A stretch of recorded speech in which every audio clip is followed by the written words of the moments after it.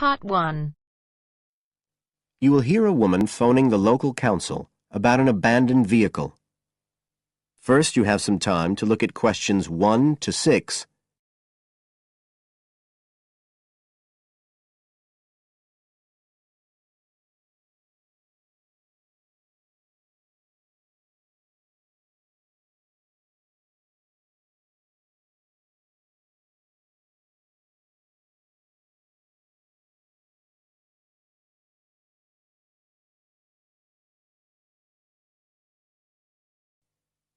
Now we shall begin.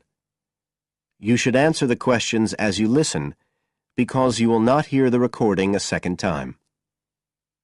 Listen carefully and answer questions 1 to 6.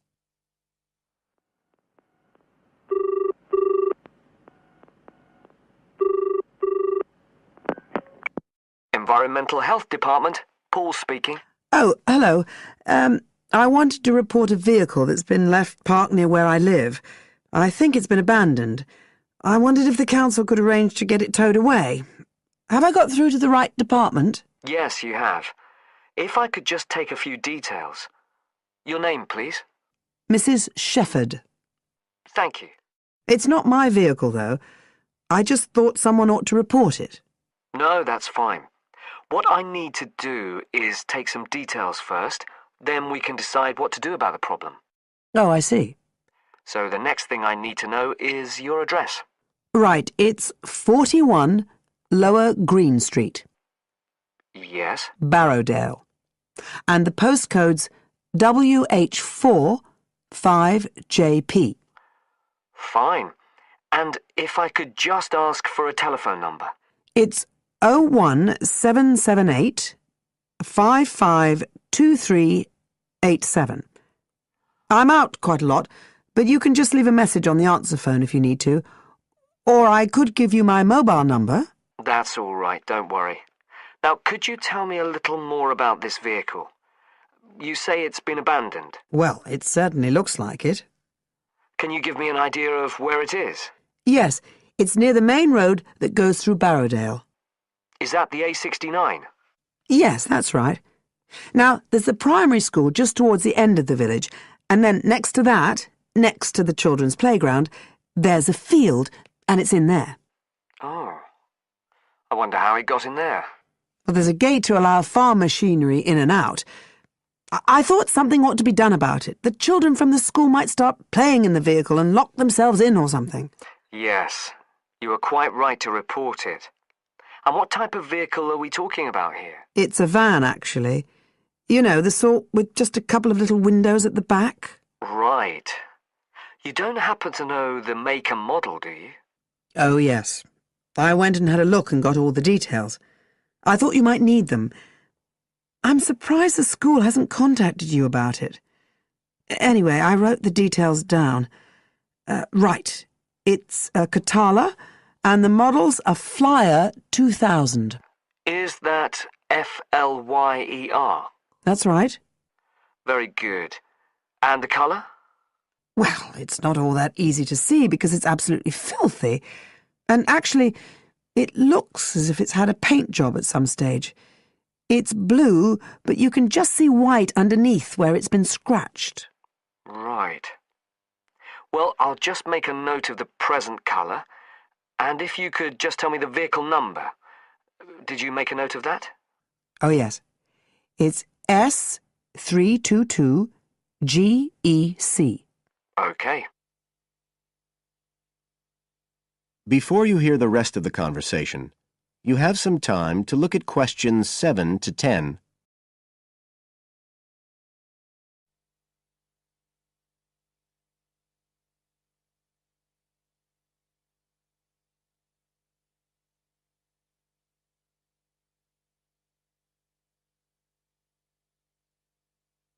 Now listen and answer questions 7 to 10.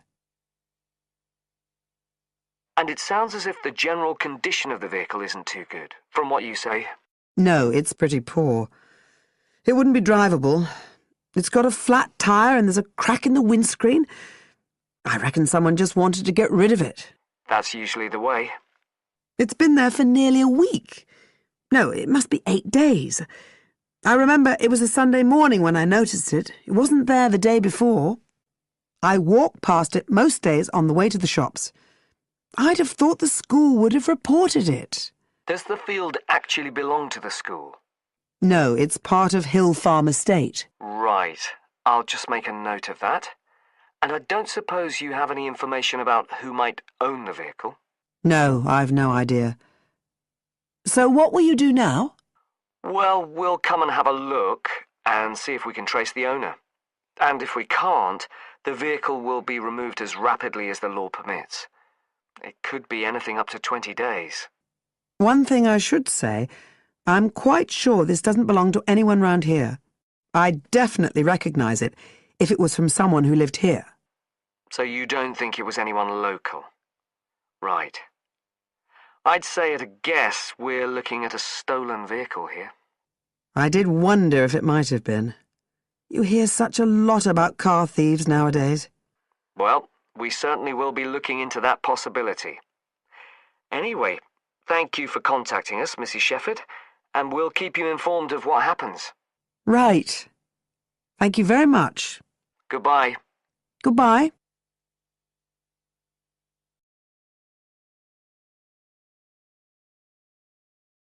That is the end of part 1. You now have half a minute to check your answers.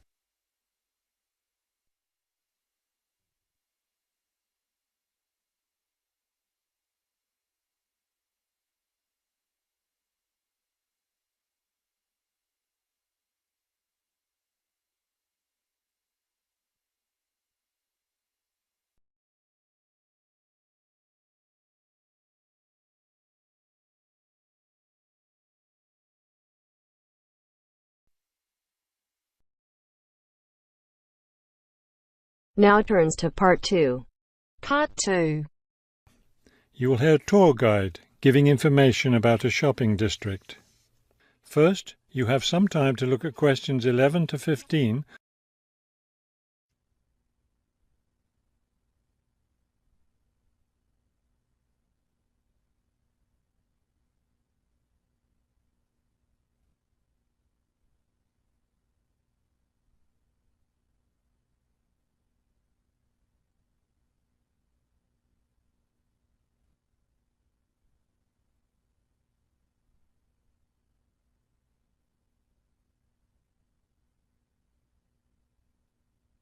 As you listen to the first part of the talk, answer questions 11 to 15.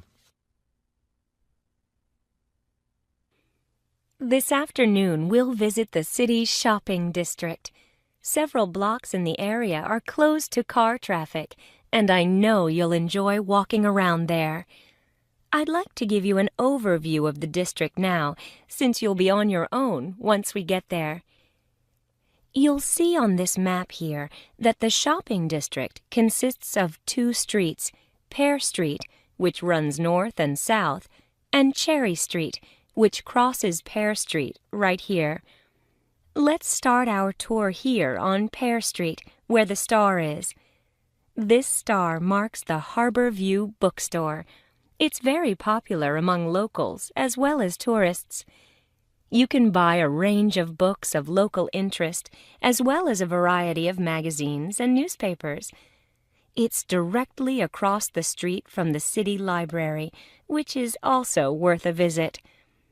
It's in one of the oldest buildings in the city and contains, among other things, an interesting collection of rare books. Now, moving up Pear from the bookstore toward Cherry, the next building on the left is the Pear Cafe. You'll notice it's right on the corner of Pear and Cherry Streets. It's a great place to relax while enjoying a delicious cup of coffee or tea. You can talk with friends or read quietly. They have a variety of books and magazines available. From the windows of the cafe, you can look right across Cherry Street for a lovely view of city gardens. It's a rather small garden, but it contains a variety of exotic plants and flowers. Let's leave the cafe and cross Pear Street. On the opposite corner, we're at Caldwell's clothing store, which you might also want to visit. They sell both men's and women's fashions from countries around the world. Continuing down Cherry Street, the next building on the right after Caldwell's is the souvenir shop. Stop in here to get maps and books about the local area, as well as T-shirts and postcards with pictures of the city. Now, we cross Cherry Street and we're at the Art Gallery, one building down from the corner. Here you can see, and of course purchase, many fine paintings and sculptures by local artists. Let's keep going down Cherry Street toward the harbor. On the left, right after the gallery, is Harbor Park. It's a lovely place, and it's certainly worth spending some time there. Before you hear the rest of the talk, you have some time to look at questions 16 to 20.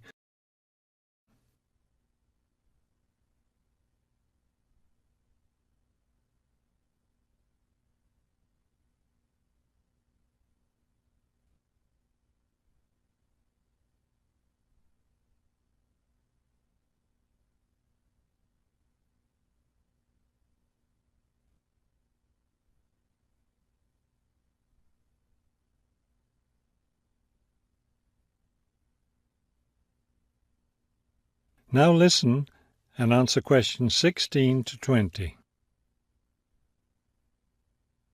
Harbor Park was built on land donated to the city by Captain Jones, a lifelong resident of this city.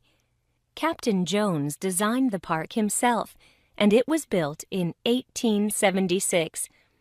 Exactly in the center of the park, a statue of Captain Jones was erected, and it's still standing there today. It shows Captain Jones on the bow of his ship. After viewing the statue, you can follow the path that goes through the woods just behind. It will lead you to a lovely garden, in the middle of which is a fountain. This is a nice place to enjoy a few quiet moments. If you still feel like walking, continue on to the far end of the garden. There, you'll find a wooden staircase, which will take you down to the harbor. You might enjoy the view of the boats from there. There's also a walking path along the water, which will eventually bring you back up to Cherry Street. You can see that there's plenty to do in this part of the city. The bus leaves at 1:30. That is the end of part 2. You now have half a minute to check your answers.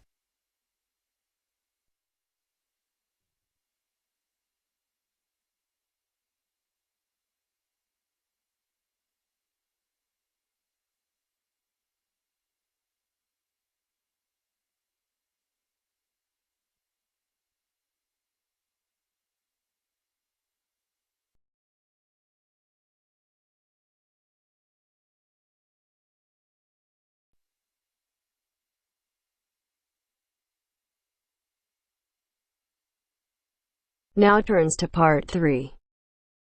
Part 3. You'll hear a woman calling Laverton Arts Centre for some information. First, you have some time to look at questions 21 to 26.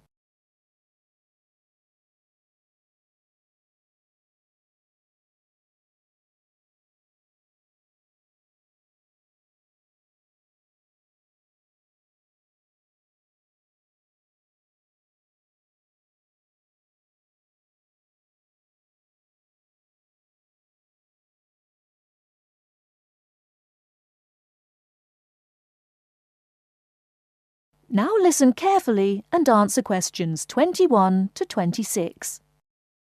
Laverton Arts Centre. How can I help you? Hello. I've been to the Arts Centre a few times recently, and I understand you have this scheme for regular visitors. The Friends of Laverton Arts Centre. Yes, that's right. I wonder if you could tell me a little about it. I mean, how much it costs and what benefits it offers, things like that. Certainly. Well, first of all, the good news is that we've recently changed the scheme. It used to cost £15 a year, but now it's free. All you have to do is fill in an application form. You can either come to the Arts Centre and do that here, or you can go to our website and apply online. And so what are the benefits of joining? There are actually quite a few. As a friend of Laverton Arts Centre, you'll receive a newsletter every 3 months with information on all the forthcoming events. That sounds useful. You also get priority booking for shows and concerts in the main theatre.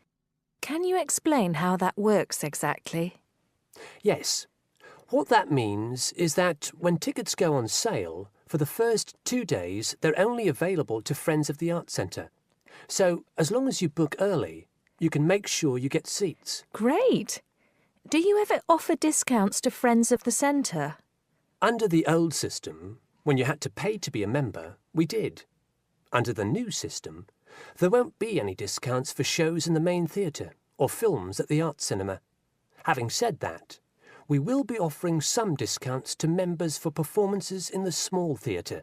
There'll be information about this in each issue of the newsletter. I suppose I can find that information online as well, can I? Absolutely. Actually, we're redoing our website at the moment. Right now, there actually isn't a special section for Friends of the Arts Centre on the website. Once the site's been redesigned, there will be. You'll be able to put in your username and password and enter a special section just for you. It sounds excellent. Are there any requirements, though? I mean, as a member, do I have to do anything? Yes, sorry, I forgot to mention that. There are no formal requirements at all, though obviously we have this scheme to encourage people to attend events here regularly. So we ask that you attend at least 4 events a year, whatever they are, if you possibly can. Nobody's going to count, though, and it's totally up to you. That sounds fair enough.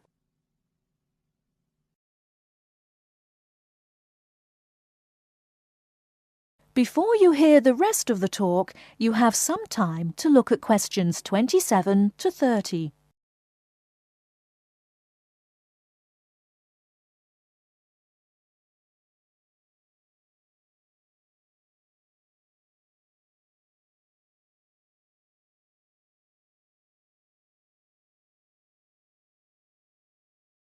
Now listen and answer questions 27 to 30. While you're here, we're actually conducting a short survey of people who phone up the Arts Centre. Would you mind if I asked you a few questions? It'll only take a couple of minutes. Sure, no problem. Thanks a lot. So, how many times have you visited Laverton Arts Centre in the last 6 months? Well, I've only lived in the area for the last 4 months, so not that many times. 3, I suppose. Yes, that's right. Fine. And how did you first find out about the Arts Centre? Let me think. Oh, yes, a friend invited me to a concert, and I came with her. Have you ever seen a film at the Arts Cinema here? No, I haven't, to be honest. In fact, until you mentioned it earlier, I didn't realise you even had a cinema. One more question. If we offered a free tour of the Arts Centre, including things such as going backstage to look at the dressing rooms, would you be interested in going on it? Oh, yes, definitely. I think a tour like that would be very interesting. I'd even pay for it. That's great. Thank you very much for your time. Thank you.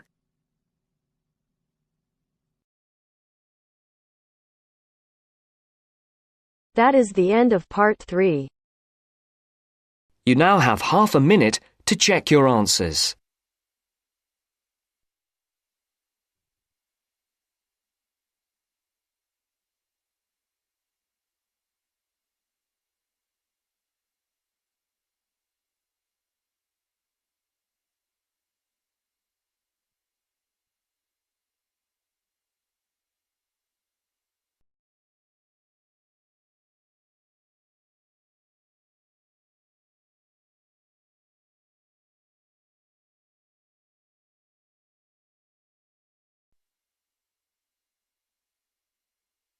Now turns to part 4. Part 4. You're going to hear a lecture on some useful information for your travelling around Britain. Listen to the first part of the lecture and complete the notes below. First, you have some time to look at questions 31 to 40.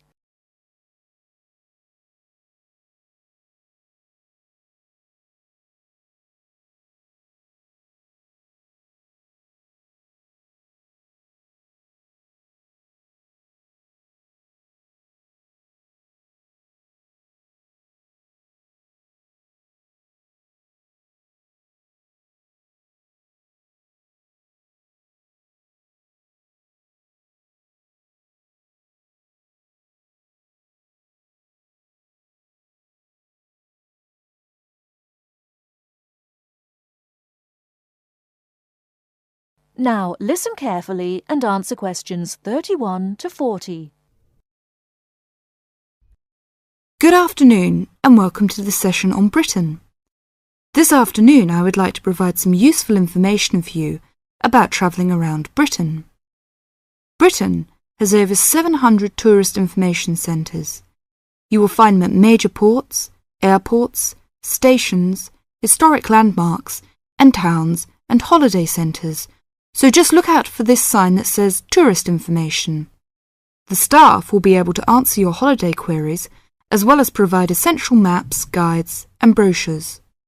Tourist information centres at major ports and airports in London and addresses of British Tourist Authority European offices are all listed on the Tourist Information Centres. Now let's talk about the telephone in Britain. You know, Britain is well supplied with public telephones. Street kiosks take 10-pence coins. In city centres, mainline railway stations, airports and central London underground stations, payphones and card phones are in operation. For the latter, small plastic phone cards are used, and these come in 10, 20, 40, 100 and 200 units, and can be bought at post offices, news kiosks, station bars and shops where the green and white card phone sign is displayed. When using the different public telephone systems, make sure you read the dialling instructions carefully. Now, let's see the banks in Britain. There are 24-hour banks at London's two main airports. One is Heathrow and the other is Gatwick. Otherwise, banks are normally open from 9:30 to 15:30 hours, Monday to Friday. Barclays Bank and National Westminster Bank offer a Saturday morning service at some of their branches. National Jaro Bank has 42 bureaux de change located in post offices throughout the country in main tourist areas. Opening hours are 9 o'clock to 17:30 weekdays, 9 o'clock to 12:30 Saturday mornings. One exception to this is the Trafalgar Square office, whose opening hours are 8 o'clock to 20 o'clock weekdays and Saturdays, and 10 o'clock to 17 o'clock on Sundays. The bureau de change services are available to overseas visitors. Visitors can change their money there. You can also change money at bureau de change, large hotels, department stores and travel agents. Be sure to check in advance the rate of exchange and the commission charged, as these vary considerably. Wherever possible, you are advised to use a bank or bureau de change, which conforms to the BTA Code of Conduct. In most cases, this is indicated by display of the code. That is the end of part 4. You now have half a minute to check your answers.